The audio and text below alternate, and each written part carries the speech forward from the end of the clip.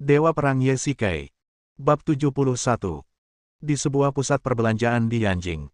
Kakak, menurutmu gaun ini bagus tidak? Su Ziqing memegang erat pergelangan tangan Su Qingyu dan berkata dengan penuh semangat. Pemandu belanja itu mengambil mantel hitam pria yang disukai Su Ziqing dan menyerahkannya kepada Su Qingyu. Wah, gayanya bagus sekali. Su Qingyu melihatnya dengan saksama. Itu memang sangat bagus. Pakaian mencerminkan pribadi seseorang. Jika Yesikai memakainya, dia pasti akan terlihat baru. Selain itu, bulunya relatif tebal, dan cuaca akhir-akhir ini semakin dingin, jadi bulunya juga hangat saat dikenakan. Nona Su punya selera yang bagus. Ini gaya terbaru musim ini. Nama Su Qingyu sebagai si cantik sedingin es dikenal semua orang di Yanjing, dan para pemandu belanja di toko pakaian kelas atas seperti ini pasti mengenalnya. Su Qingyu pernah berbelanja di toko ini sebelumnya, tetapi ini adalah pertama kalinya dia membeli pakaian pria. Mari kita ambil yang ini. Su Qingyu menyerahkan mantel itu kepada penjual. Baiklah, totalnya 23.000 yuan. Saya tidak tahu berapa jumlahnya, kata pemandu belanja itu dengan sedikit malu. Bagi orang kaya, harga bukanlah hal yang mereka pertimbangkan, sehingga pemandu belanja tidak khawatir mereka akan menganggap harganya terlalu mahal. Ukurannya. Su Qingyu hendak mengatakannya, tetapi dia tiba-tiba menyadari bahwa dia sama sekali tidak tahu ukuran tubuh Yesikai. Bahkan terakhir kali dia membeli jas, dia harus mencobanya agar pas untuknya, jadi dia tidak pernah bertanya. Sekarang dia merasa sedikit malu. Dia tidak bisa mengucapkan satu kata secara acak. Bagaimana jika tidak cocok? Itu akan merepotkan. Pemandu belanja itu memandang Su Qingyu, yang tampak ragu-ragu untuk berbicara, dan merasa sedikit aneh. Dia tahu bahwa Su Qingyu adalah wanita cantik es yang terkenal di Yanjing, dan dia belum pernah mendengar kabar dia menikah. Ini juga pertama kalinya dia membeli pakaian pria di toko tersebut. Pemandu belanja itu tampak bingung, tetapi ini bukanlah sesuatu yang seharusnya ia ketahui. Saya tahu ukurannya. Su Ziqing melihat rasa malu Su Qingyu dan segera berdiri dan berkata bahwa dia telah melihat pakaian Yesikai terakhir kali, jadi dia tahu ukurannya. Su Ziqing memberitahu pemandu belanja ukurannya. Baiklah, Nona Su, tunggu sebentar. Saya akan segera mengambilnya. Penjual itu berbalik untuk mengambil pakaian, meninggalkan Su Qingyu dan Su Ziqing sendirian. Su Ziqing memegang tangan Su Qingyu dan berkata, kakak iparku akan sangat senang melihat gaun ini. Mungkin. Su Qingyu berkata dengan agak kecewa, tampak sedikit murung. Sebagai seorang istri, dia bahkan tidak tahu ukuran suaminya. Dia juga sedih karena Luo Shiki begitu yakin. Dia memang gagal dalam hal ini. Setelah mereka membayar, mereka melanjutkan berjalan-jalan di sekitar mal. Sepanjang perjalanan, banyak sekali rekan senegaranya yang memandang ke arah mereka. Dua wanita cantik berjalan bersama di mal pasti akan menyebabkan keributan besar. Kakak, kamu kelihatan agak tidak senang. Apakah ada sesuatu yang mengganggu pikiranmu? Su Ziqing memandang Su Qingyu yang tampak tidak senang dan merasa sedikit bingung. Bukankah dia baik-baik saja tadi? Mengapa dia berubah begitu tiba-tiba? Ah, tidak apa-apa. Su Qingyu sedikit terganggu. Butuh beberapa detik baginya untuk menyadari bahwa Su Ziqing sedang berbicara kepadanya, dan dia tampaknya mengkhawatirkan sesuatu. Omong kosong, bagaimana mungkin aku tidak mengerti maksudmu? Kamu pasti sedang mengkhawatirkan sesuatu. Su Ziqing berkata sambil cemberut. Oh, Qingqing, apakah menurutmu aku gagal sebagai seorang istri? Aku bahkan tidak tahu ukuran bajunya. Perkataan Su Qingyu menunjukkan kekhawatiran. Dia tidak tahu kapan dia mulai memperhatikan Yesikai dan posisinya di hatinya. Baiklah, sekarang kamu tahu, kakak iparku sebenarnya punya banyak sifat baik, tapi kamu tidak pernah menemukannya. Su Ziqing tidak ingin menyerang Su Qingyu. Dia juga tidak mengatakan sesuatu yang tidak menyenangkan. Sebenarnya, dilihat dari penampilan Su Qingyu, tidak berlebihan jika dikatakan bahwa dia menutup mata, tetapi tetap saja ada nada mengeluh dalam suaranya. Oh, begitu. Su Qingyu tampak sedikit bingung. Sebelumnya, dia pada dasarnya mengabaikan Yesikai.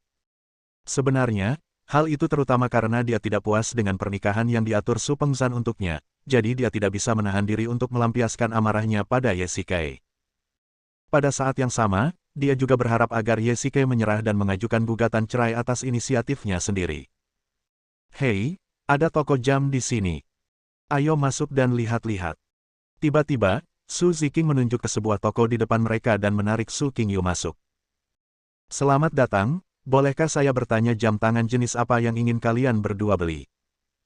Begitu kami memasuki pintu, seorang pria parubaya menghampiri kami dan terlihat sangat antusias. Jam tangan pria. Baiklah, nona-nona, silakan ikuti saya.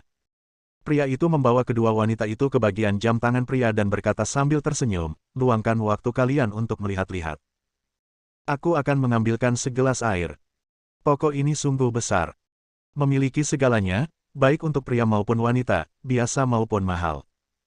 Begitu mempesona hingga terlihat melelahkan secara estetika. Tiba-tiba, Su Ziking melirik jam tangan di tengah.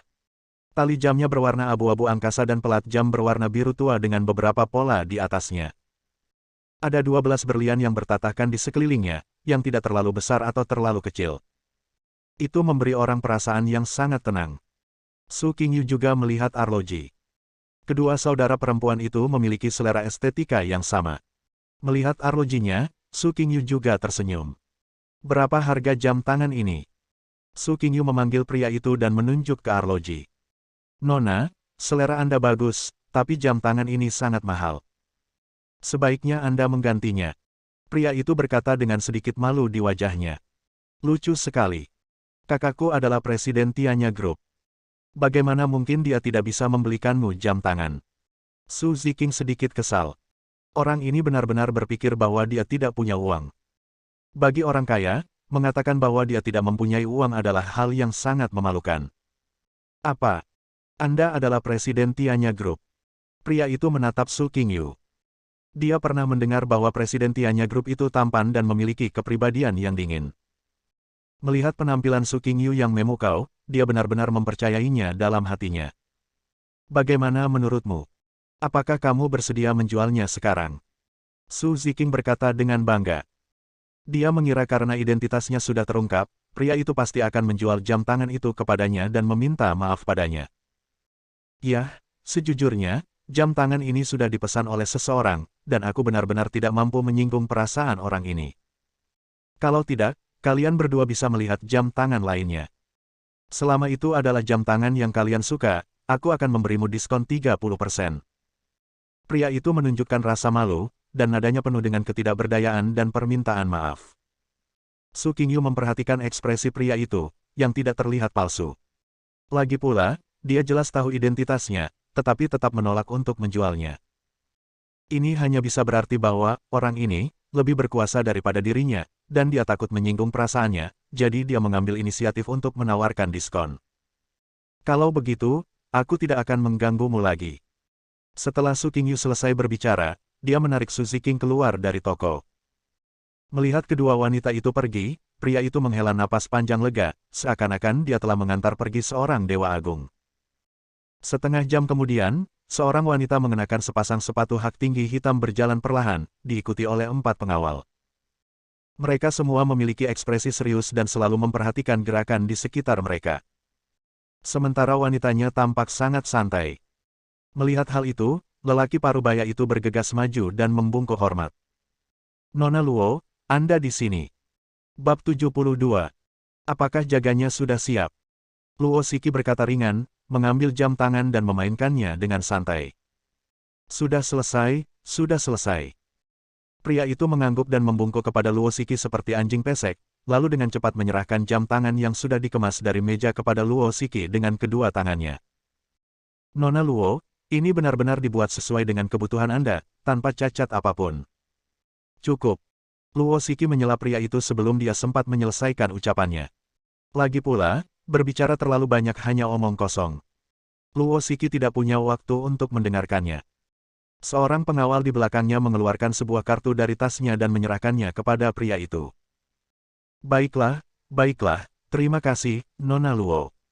Pria itu setengah membungkuk dengan ekspresi gembira di wajahnya. Jam tangan ini bernilai jutaan. Bertemu dengan orang besar seperti Luo Shiki, dia akan kaya lain kali.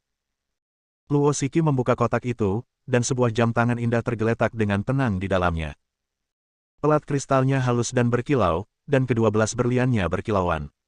Meskipun pria ini menyanjungnya, keterampilannya dalam membuat jam tangan cukup bagus. Setelah melihat lebih dekat, Luo Shiki tersenyum tipis. Ayo pergi. Luo Shiki memasukkan kotak itu ke dalam tas tangannya, berbalik dan pergi, dan beberapa pengawal di belakangnya segera mengikuti. Nona Luo, jaga diri baik-baik. Datanglah lagi lain kali. Pria itu bergegas keluar dan mengantar Luo Shiki ke pintu. Dia menghela napas lega saat melihat Luo Shiki menghilang di antara kerumunan. Jika jam itu tidak sesuai dengan keinginannya, kemungkinan besar toko itu harus tutup. Tapi untungnya dia cukup puas. Pria itu bahkan merasa seperti selamat dari bencana. Di kedai kopi di mall. Kakak, bos tadi benar-benar hebat. Dia bahkan tidak menghargaimu. Su Ziking meneguk kopinya banyak-banyak, wajahnya seperti ingin menggigit seseorang, dan wajah kecilnya menggembung karena marah. Lupakan saja. Toh, itu sudah dipesan. Jangan membuatnya terlalu sulit. Su Qingyu berkata dengan ringan. Walaupun jam tangannya bagus, dia salah karena orang lain sudah memesannya terlebih dahulu. Dia bukan orang yang suka mengomel dan dia mengerti prinsip siapa cepat dia dapat. Saya ingin melihat siapa yang memesan jam tangan ini. Su Ziking bergumam. Dia dilahirkan dengan sendok perak di mulutnya. Selain Han Ruoyao yang selalu berdebat dengannya sejak dia masih kecil, siapa yang berani untuk tidak memberikan mukanya?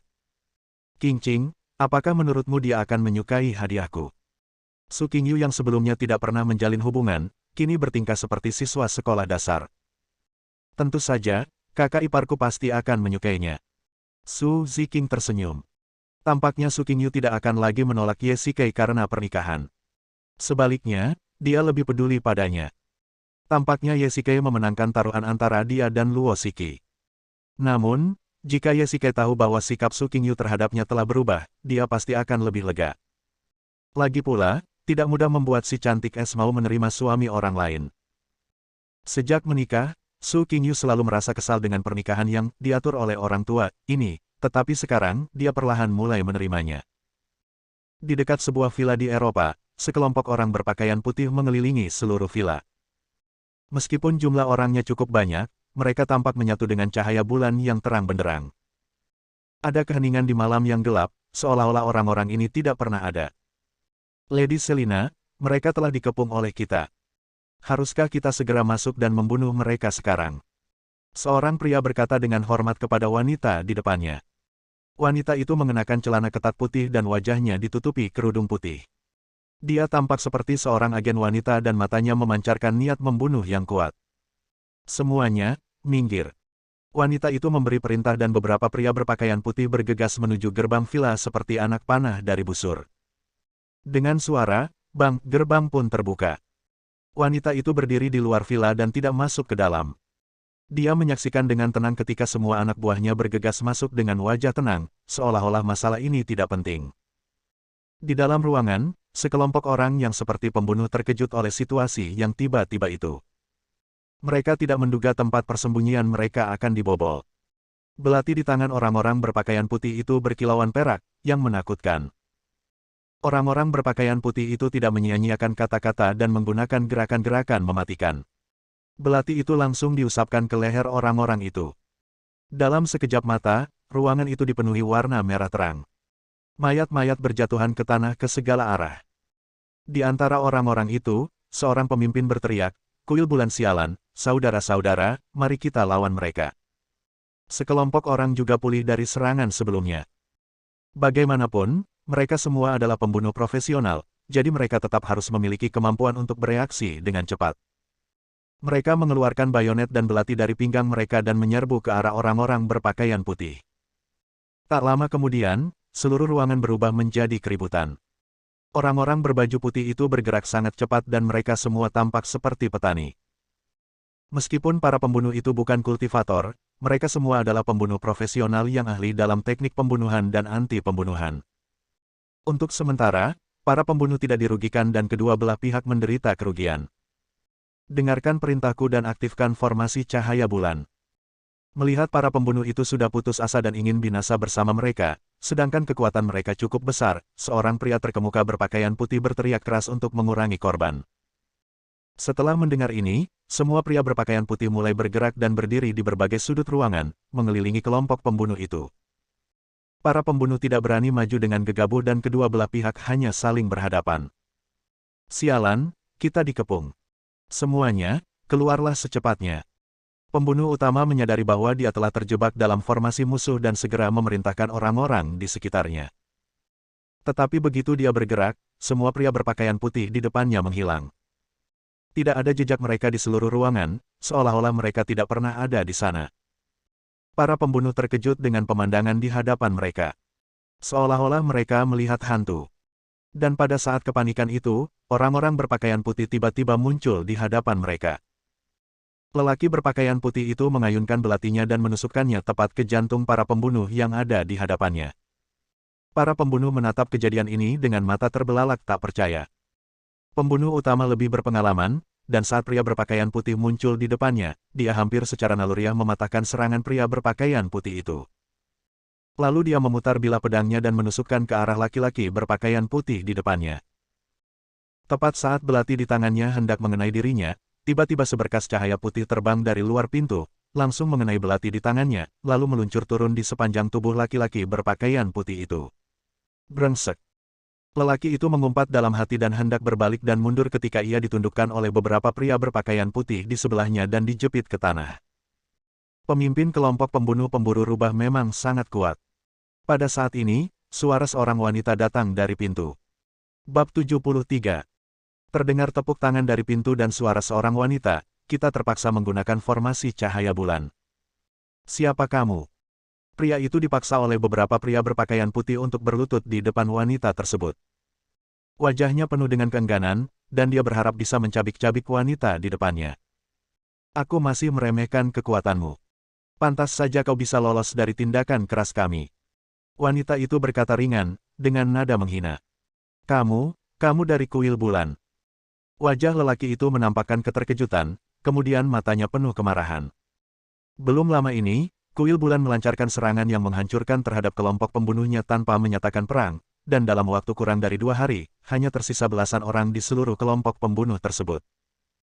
Dia tidak bisa menelan nafas ini, jadi dia bersatu dengan beberapa kelompok pembunuh untuk membalas dendam terhadap kuil bulan, tetapi mereka ditumpas secara brutal. Sekarang, dialah satu-satunya yang tersisa di seluruh kelompok pembunuh. Itu benar.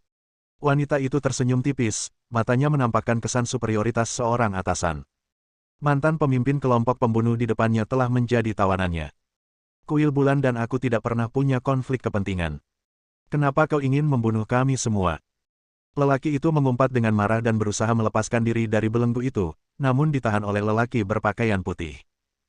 Beraninya kau membunuh dewa dan mengaku tidak melakukan apapun. Wanita itu mendengus dingin, niat membunuh terpancar di matanya. Omong kosong. Aku tidak pernah membunuh Dewi Bulan, jadi bagaimana mungkin aku bisa bicara soal membunuh para dewa?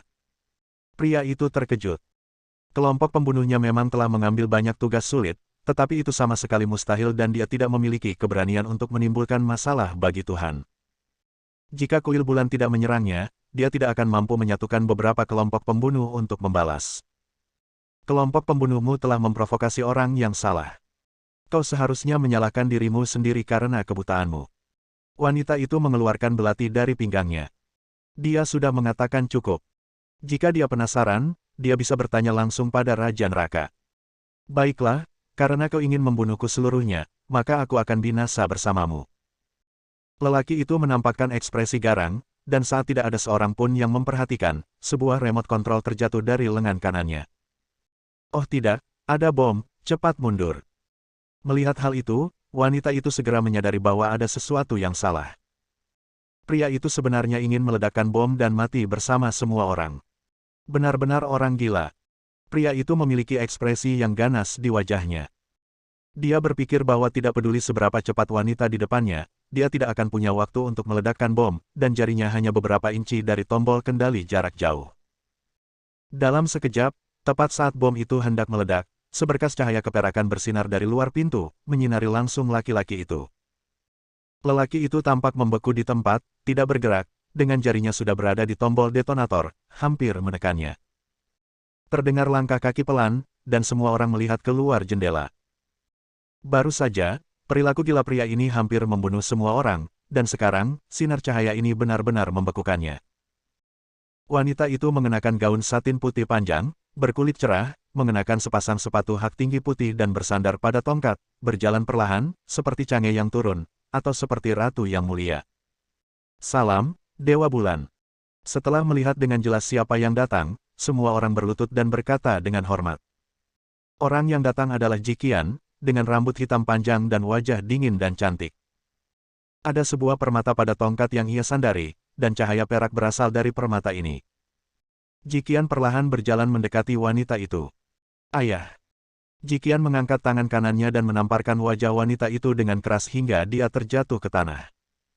Selena, tahukah kamu bahwa karena kelalaianmu, seluruh tim hampir mati bersamamu? Suara Jiqian dingin, tetapi dia tidak bisa menyembunyikan kemarahan di hatinya. Jika dia tidak bertindak tepat waktu, seluruh tim akan terkubur di lautan api. Ini salahku. Tolong hukum aku, Tuan. Selena menundukkan kepalanya, nadanya penuh dengan rasa menyalahkan diri sendiri. Dia tidak menyalahkan Jiqian, tetapi hanya menyalahkan kelalaiannya sendiri, yang hampir menyebabkan bencana. Jiqian berbalik dan menatap si pembunuh. Dia tidak bergerak pada saat itu dan rasanya seolah-olah waktu telah berhenti. Dia melambaikan tongkat di tangannya, lalu seberkas cahaya perak melesat keluar, langsung menembus jantung pria itu. Darah mengalir dari dadanya, tetapi tidak ada rasa sakit di wajah pria itu, dan dia tampak normal. Jiqian menarik kembali tongkatnya, dan lelaki itu langsung jatuh ke tanah, tak bergerak. Tampaknya semua darahnya telah terkuras habis, dan wajahnya langsung pucat pasi. Tubuhnya masih sedikit kaku. Dia sudah meninggal. Ketika semua orang melihat pemandangan ini, mereka tidak dapat menahan rasa terkejut. Tingkah laku Jiqian barusan bagaikan seorang dewa, yang mengatur hidup dan mati manusia. Membunuh seseorang bagaikan menghancurkan seekor semut. Singkirkan mayat-mayat ini dan kembalilah secepatnya. Dewi Bulan berbalik ke pintu, berkata dengan dingin kepada semua orang, lalu meninggalkan villa, meninggalkan semua orang dan ruangan yang penuh mayat. Singkirkan semua mayat ini, kata Selina kepada semua orang. Para lelaki berpakaian putih itu segera mengambil air pelarut mayat dari tangan mereka dan menyiramkan air itu ke mayat-mayat. Dalam sekejap, mayat-mayat itu mulai membusuk dan kemudian berubah menjadi genangan nanah. Lalu Selina memimpin semua orang keluar dari villa. Malam masih begitu sunyi, tetapi pembunuhan telah berakhir. Kelompok pembunuh-pemburu rubah menghilang sepenuhnya sejak saat itu. Cina, Tianya Group. Yesikai sedang duduk di Departemen Hubungan Masyarakat, tetapi pikirannya tidak tertuju pada pekerjaan. Dia selalu memikirkan taruhannya dengan Luo Shiki, jadi dia tampak sedikit linglung dan tidak bersemangat. Kakak Ye, ada apa? Apa kau tidak cukup istirahat tadi malam? Kau tampak lesu. Yesikai merasakan tangan yang lembut di bahunya. Dia mendongak dan melihat bahwa itu adalah Wanna. Di matanya, wanita ini sama menawannya dengan Luo Shiki. Namun, Wanna adalah seorang pemimpin tim di Departemen Hubungan Masyarakat, dan keduanya tidak banyak berinteraksi. Paling-paling, dia hanya akan menggodanya sesekali. Tidak ada, hanya masalah pribadi. Ketua tim, apakah Anda di sini untuk membicarakan sesuatu dengan saya? Yesikai menjawab dengan acuh tak acuh. Dia sudah cukup kesal, dan sudah cukup banyak wanita di sekitarnya. Dia tidak menginginkan yang lain lagi. Besok adalah hari Valentine Cina. Kakak Ye, tolong habiskan hari ini bersamaku. Wanna dengan berani melingkarkan lengannya di lehernya dan berbisik di telinganya. Tidak, aku masih harus menghabiskan waktu dengan istriku. Ketua tim Wan, sebaiknya kau cari yang lain. Yesikai segera melepaskan diri. Dia benar-benar tidak tahu bagaimana Wanna menjadi ketua tim Departemen Hubungan Masyarakat. Apakah dia begitu berpikiran terbuka? Tianya Group terkenal dengan persyaratannya yang ketat pada kemampuan. Dia benar-benar tidak tahu apa yang dipikirkan Anlan. Bab 74. Aku tidak percaya istrimu secantik aku. Wanna memutar pinggang rampingnya dan berpose dalam berbagai pose menggoda, yang membuat orang merasa terganggu. Yesikai tidak tahu mengapa, tetapi sejak dia kembali ke Tiongkok, semua wanita cantik berbondong-bondong ke pelukannya. Ini, mungkin. Yesikai menatap sepasang mata Wanna yang berbinar. Penampilannya yang menawan pasti dapat memikat ribuan pria, tetapi Yesikai tidak mempercayainya. Dari segi penampilan, dia tidak sebanding dengan Su Qingyu. Tidak mungkin. Aku sudah punya banyak pelamar sejak aku masih kecil, kecuali istrimu adalah CEO. Wan Na cemberut dan memukul bahu Ye Sikai pelan dengan tangannya. Apakah kamu mempercayainya? Ye Sikai merasa malu. Istrinya sebenarnya adalah presiden. Cek, aku tidak percaya padamu. Wan Na berkata dengan marah, dan menambahkan, hati-hati kalau ada yang mendengarmu, mereka akan mempersulitmu. Jangan bicara omong kosong tentang presiden. Baiklah, aku masih ada urusan. Sebaiknya kau cari pacar. Ye Sikai memutar ballpoint di tangannya. Padahal sebenarnya dia tidak punya hal penting untuk dilakukan. Dia telah menyerahkan proposal perencanaan yang diberikan Anlan kepadanya di pagi hari kepada Luo Shiki, dan sekarang dia hanya menunggu untuk pulang kerja. Cih, dasar bodoh sekali kamu. Wan Na mengulurkan tangan kanannya dan mengibaskan kepalanya sendiri. Melihat Ye Sikai tidak ingin memperhatikannya sama sekali, Wan Na sedikit marah. Dia benar-benar berani mengabaikanku. Dia mendengus, adikku, aku akan bermain. Sampai jumpa. Wan Na berbalik, mengambil tas tangannya, meninggalkan punggungnya yang indah. Wajah Ye Sikai dipenuhi garis-garis hitam. Bagaimana dia bisa bertemu dengan pemimpin tim yang aneh? Haruskah dia membahas masalah ini dengan Anlan? Apa yang terjadi dengan seorang pemimpin tim yang selalu melecehkannya? Dia menyalakan komputer dan mengunjungi halaman web, yang penuh dengan pengingat tentang Hari Valentine Cina dan berbagai promosi. Sayangnya, di era internet, berita menyebar dengan cepat dan setiap festival telah menjadi gimmick bagi bisnis. Namun, ini juga mengingatkan Ye Sikai bahwa besok adalah Hari Valentine Tionghoa, dan dia belum menyiapkan hadiah. Ini juga merupakan masalah. Aku sudah lama menjomblo sejak SMA. Sudah lama sekali sejak terakhir kali aku hidup dalam situasi yang sulit. Saat itu, kalau saya tidak suka pada seseorang, saya tinggal tembak saja atau tusuk saja. Sekarang saya harus membeli hadiah untuk wanita. Sudah hampir waktunya pulang kerja, tetapi Ye Sikai masih belum memutuskan hadiah apa yang akan dibeli. Dia mencondongkan tubuhnya di atas meja dengan perasaan tertekan. Tiba-tiba, Ye Sikai merasakan meja bergetar, seolah-olah seseorang mengetuknya. Dia perlahan mengangkat kepalanya dan melihat Anlan tersenyum padanya. Kakak Lan, ada apa? Tidakkah kau lihat aku akan pulang kerja? Apa yang kau pikirkan? Kau begitu asyik. Anlan tersenyum licik, mengambil kursi dan duduk di sebelah Ye Sikai, menatap Ye Sikai dengan serius. Kakak Lan, apa yang biasanya kamu suka? Jika seorang pria ingin memberimu hadiah, apa yang paling ingin kamu terima? Melihat Anlan, Ye Sikai tiba-tiba teringat ide bagus. Bukankah Anlan adalah adik perempuan Su Qingyu yang baik? Mereka berdua pasti memiliki selera yang sama. Mengapa tidak bertanya padanya? Dengan cara ini, hadiah yang dibelinya untuk Su Qingyu seharusnya lebih tepat. Mengapa kamu menanyakan hal ini? Setelah mendengar ini, wajah Anlan memerah dan dia menundukkan kepalanya sedikit. Yah, bukankah hubunganku dengan istriku sedang tidak baik? Aku ingin membelikannya hadiah, tetapi aku tidak tahu harus membeli apa. Ye Sikai mengutarakan pikirannya secara langsung. Sebenarnya, Ye Sikai tahu bagaimana perasaan Anlan terhadapnya.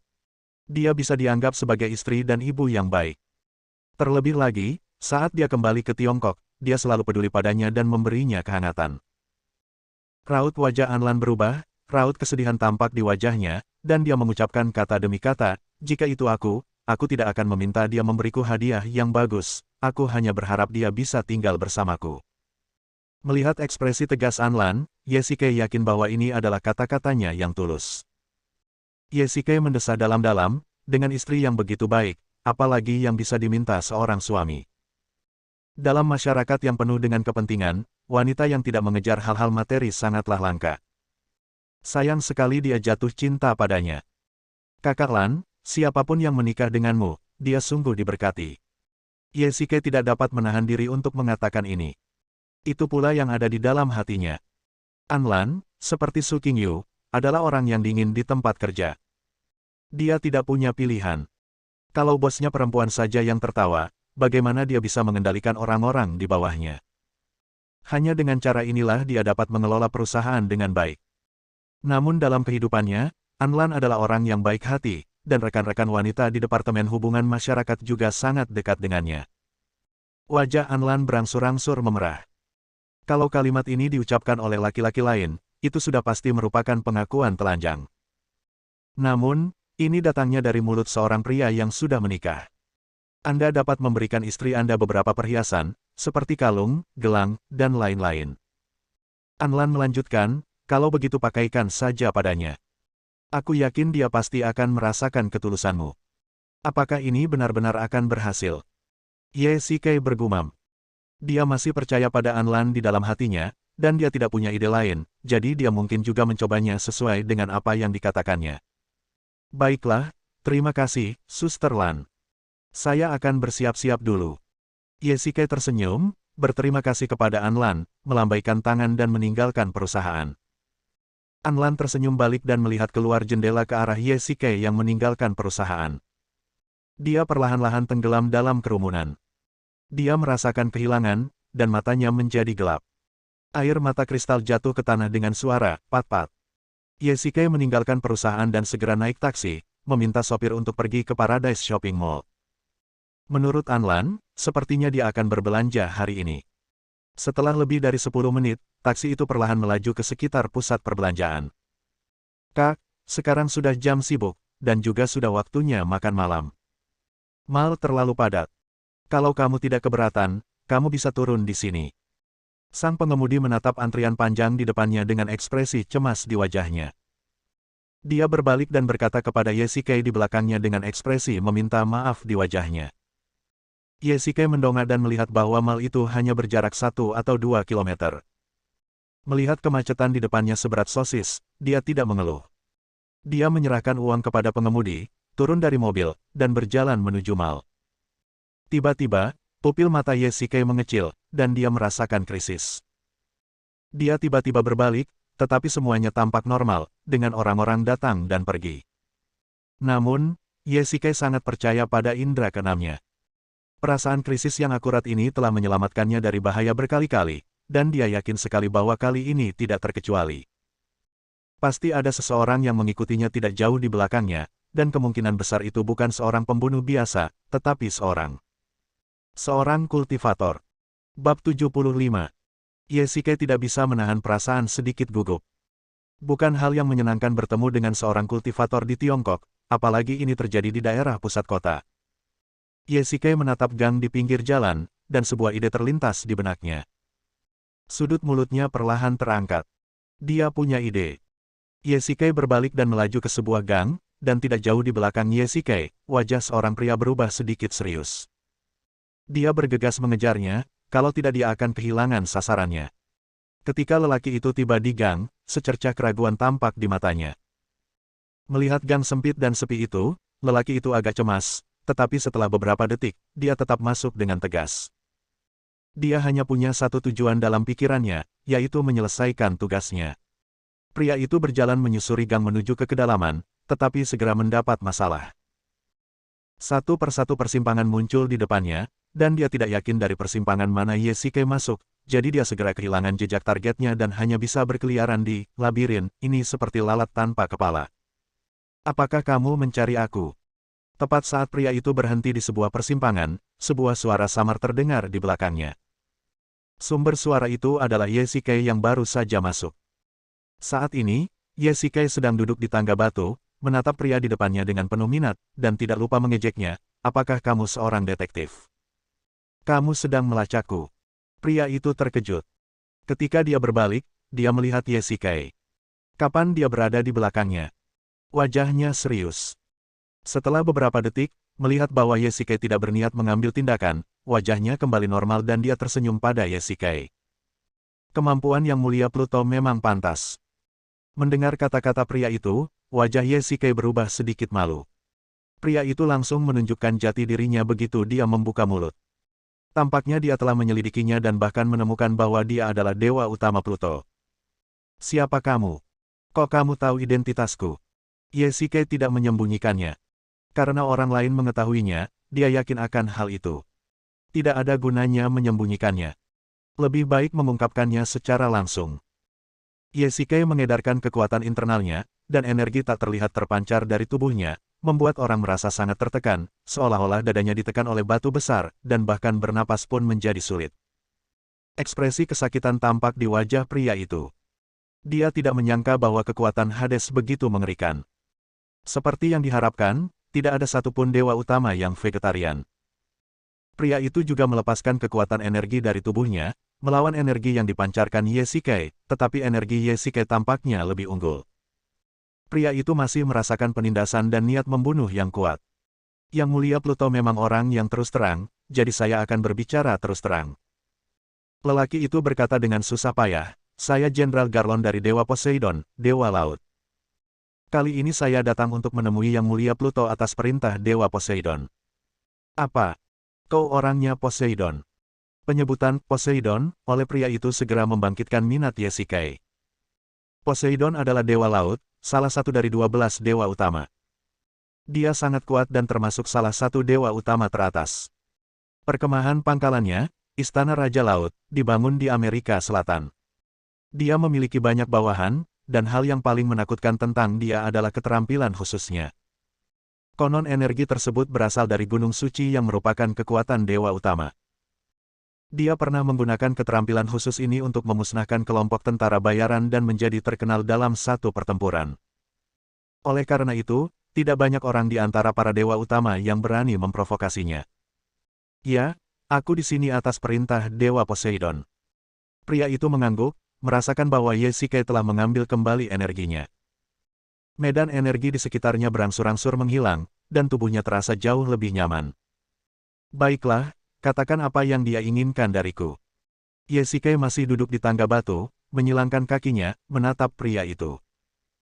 Dewa Poseidon mendengar bahwa Yang Mulia Hades telah membeli sepotong batu suci di Tiongkok dan ingin meminjamnya untuk melihatnya, jadi ia memintaku datang ke Tiongkok untuk menemui Yang Mulia Hades. Ye Shikai sedikit terkejut setelah mendengar ini. Ia tidak menyangka Garlon datang jauh-jauh ke Cina hanya untuk batu yang didapatnya pada pelelangan terakhir kali. Ia tidak menyangka bahwa batu yang kala itu dianggap sampah, ternyata menjadi komoditas yang sangat laku. Namun, tampaknya legenda yang menyebutkan bahwa batu tersebut adalah batu aneh dari barat memang benar adanya, kalau tidak Poseidon tidak akan membiarkan jenderalnya datang kepadanya untuk memintanya. Namun Ye Shikai juga tahu bahwa pasti ada rahasia tersembunyi di dalam batu ini yang bisa membuat Poseidon mengeluarkan air liur, dan terakhir kali Jikian pernah berkata bahwa gunung suci itu mungkin ada hubungannya dengan penyakit cinta setannya, dan sekarang, batu ini sepertinya berasal dari gunung suci. Meski dia tidak tahu apa-apa sekarang, itu tidak berarti dia tidak akan tahu di masa mendatang. Tampaknya dia benar-benar harus pergi ke Eropa suatu hari nanti. Bagaimana menurutmu, Yang Mulia Pluto? Garlon menatap Ye Shikai dan bertanya dengan cemas. Jika dia menginginkannya, biarkan dia datang dan mengambilnya sendiri. Ye Shikai tidak cukup bodoh untuk menyerahkan batu itu kepada Poseidon dengan patuh. Ini adalah penemuan yang hebat, dan sangat mungkin untuk menyembuhkan penyakit cinta setan dalam tubuh di masa mendatang. Adapun meminjamnya, itu sama saja dengan berbohong kepada anak-anak. Setelah Poseidon mengetahui rahasia di dalam batu itu, akankah dia mengambil inisiatif untuk mengembalikannya kepadamu? Jangan pernah pikirkan itu. Lagi pula, kalau dia hanya meminjamkannya, bukankah akan sangat memalukan baginya? Dia adalah Raja Neraka. Tuan Poseidon sangat sibuk dan mungkin tidak punya waktu untuk datang ke Cina. Serahkan saja Yang Mulia Pluto kepadaku. Garlon mendengar maksud perkataan Ye Shikai, namun dia tidak bersikap bermusuhan dan hanya mendesaknya. Saya katakan, biarlah dia mengerjakannya sendiri, kalau tidak, tidak ada seorang pun yang dapat mengerjakannya. Nada bicara Ye Shikai berubah dingin dan dia perlahan berdiri. Situ tidak punya pilihan selain bertarung dengannya. Sepertinya mereka akan bertengkar hari ini. Jadi, Yang Mulia Pluto tidak akan memberikannya kepadaku. Nada bicara Garlon juga berubah dingin. Karena wajahmu sudah terluka lebih dulu, jangan salahkan aku. Lalu apa? Ye Shikai berkata dengan ringan. Dia tidak akan pernah memberikan batu ini kepada Poseidon. Saya harus melaksanakan perintah Dewa Poseidon, jadi saya hanya bisa datang dan meminta saran dari Yang Mulia Hades. Garlon mengepalkan tinjunya, energi dalam tubuhnya mulai mengalir, dan pertempuran akan segera dimulai. Apa? Kamu, seorang bawahan, berani membunuh dewa? Kamu yakin ingin menyerangku? Ye Shikai menunjukkan ekspresi provokatif. Jika itu Poseidon, dia pasti akan menganggapnya serius. Dia pernah bertarung dengan Poseidon sebelumnya, dan dia hanya sedikit lebih baik dari Poseidon. Tetapi jika hanya bawahan Poseidon, dia tidak akan mendapat begitu banyak tekanan. Membunuh dewa, lalu kenapa? Garlon benar-benar kecewa. Karena dia akan bertarung, mengapa dia masih mengatakan omong kosong begitu? Dia belum pernah bertarung dengan dewa utama sebelumnya. Hari ini dia akhirnya bisa bertarung dengan Hades yang dikabarkan tak terkalahkan. Setelah mengatakan itu, tubuh Garlon bergerak. Dia mengepalkan tangan kanannya dan memukul dada Ye Shikai dengan keras. Bersambung.